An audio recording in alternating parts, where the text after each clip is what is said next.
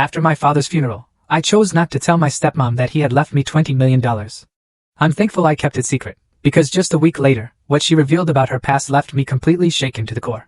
You know, there are some moments in life that just shatter you. Days that rip your world apart and leave you questioning everything you ever believed. For me, it started when I watched the people I thought were my family smirk as I was left with literally nothing after my father's death. They thought they'd won, that I was just a defeated outcast. But what they didn't know was that my old man had one last trick up his sleeve, and it was about to turn their smug victory into a living nightmare. Hey everyone, my name is Martin Miller.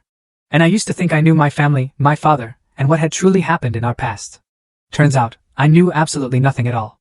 This story begins in what felt like perfect, golden days when I was just a boy, wrapped in the love of my family in Maryland.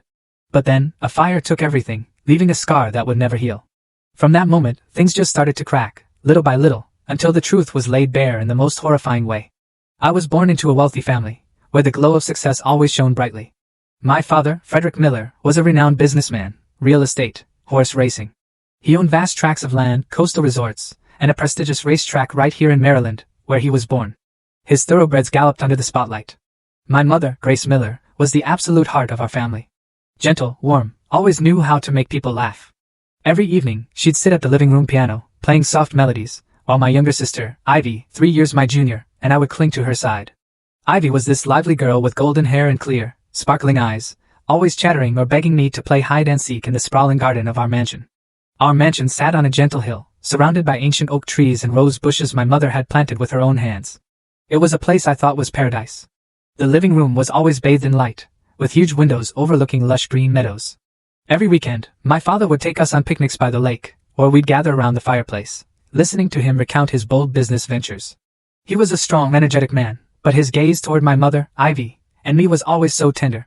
I still remember how he'd hoist Ivy onto his shoulders, pretending to be a horse for her to ride, while my mother stood nearby, just giggling.